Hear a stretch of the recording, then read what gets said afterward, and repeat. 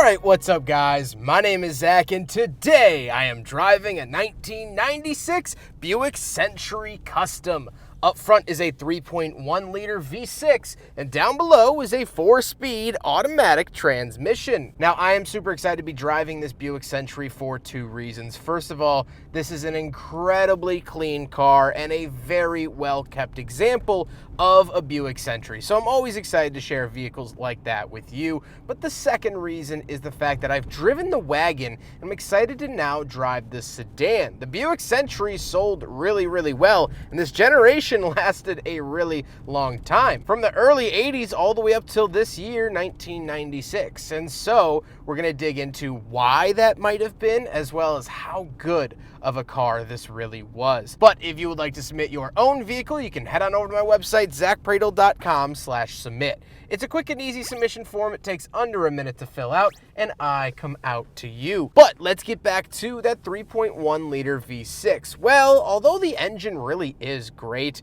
it's not without sin. Some of these engines did have head gasket problems and coolant problems, but some cars were plagued with it, others weren't. I've seen these vehicles well up into the 100 and 200,000 mile range without any issues at all, and this is only at 50,000 miles. So all green lights, at least for the moment. Like I said, paired to it though is a 4-speed automatic transmission, and again, it's not without fault. There was actually an issue where I believe it was the end of the dipstick would actually break off, or something on the transmission dipstick would break off and get caught in the gears of the transmission and cause it to jump and judder. GM never issued a recall on this. However, you can get it fixed under warranty, which is a nice thing. And that's what actually happened to this car. This car was having a juddering transmission issue for quite some time, and it would be fine on the highway, but once you got onto the side roads, it would start jittering, and that's when that piece would actually get stuck in the gears and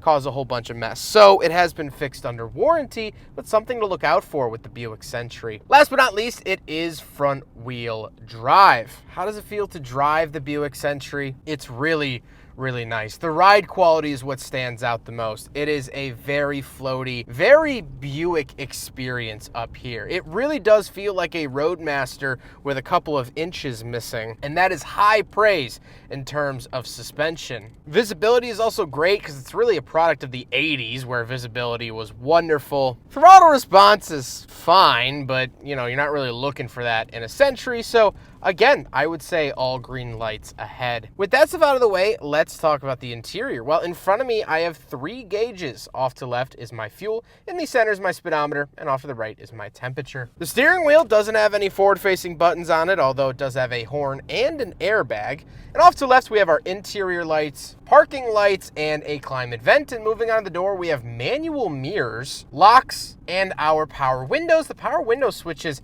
a very odd hexagonal kind of look to it. I've never noticed that in the Buick Century. Moving into the center, we do get a climate control vent as well as our radio. This radio was in every GM product from this era. I've driven countless Buicks and Oldsmobiles and Cadillacs and Chevys with this radio in it, so it is a very welcome old friend today.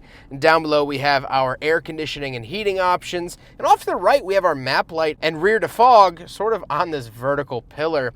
Off to the very right, we do have a Buick Century badge along with 2 climate control vents. Really love the look over there. And we do have a pull-out ashtray and cigarette lighter. However, the cup holders are actually in the center console, so we will do a big freaking bottle test, and it fails, but at least it has some. And then we do get a bench seat, one of the final vehicles from GM to have a front bench seat here in 96. And I love to see that. It's very comfortable. Even though it's just me, you can fit other people in here, and that is a very welcome sight. However, speaking of seats, we do have back seats, and this is a 4-door, so let's go do some back seat reviews. All right, we're in the back of the Buick Century from 1996, and a couple of things to note. First of all, on the back of the passenger seat is an ashtray surrounded by cloth. I am very impressed that A, it looks like it's never been used, but B, if it had been used, no one burned the fabric that the ashtray is attached to. Very strange. I don't get a center console or anything like that. I do have power windows back here, which was a nice feature, but otherwise, nothing really to report back here. And sometimes no news is good news. I fit. My knees are not hitting the seat in front of me. My head's coming a little close to the ceiling. I'm 5'11", not a small guy. If I sit a little bit more like this, then I don't have an issue. So, thumbs up in the back of the Buick Century. Let's hop into the very back of the Buick Century and take a quick look at the trunk. Right around the back of the Buick Century, circle key here to open up the trunk. Pop it up like that. And we have tons and tons of space. This era of Buick was really, really good about their space, and the Century is no different. Now, obviously, the Century wagon had more space, but I'm not going to discredit the sedan just because it's not the wagon. That was kind of the whole point of the wagon, so this is very good for the sedan. Now we got to talk about the looks, and this is finished in leaf green, which was a kind of rare color for the Buick Century. GM fans can probably point it out and tell me how special it is, but with my own two eyeballs, I have to say it's pretty darn special. It looks great here in the sunlight, and I'm very happy to see that. One odd thing about the vehicle is that it does have, obviously, a reverse light, but it's right in the middle of the taillights. Kind of an odd placement from Buick there, but hey, that's okay, and that's something I've never noticed because the only other one from this era that I've driven has been the wagon, which obviously had a completely different rear end. With all of that being said, let's get on to my final thoughts. What do I think driving this Buick Century? Well, first of all, I love driving really well-kept survivor cars like this vehicle, so of course, this has been a good time. But I think the biggest thing to me is just how good this car is. Sparing, obviously, some engine issues, that little transmission issue, sure, but every car is gonna have something. This just really reminds me of how good Buick used to be without really charging an arm and a leg. They had great Buicks at so many different levels, and they offered cars like this. Well, they offered cars! Buick here in 2024 does not offer cars. They only offer SUVs. But look.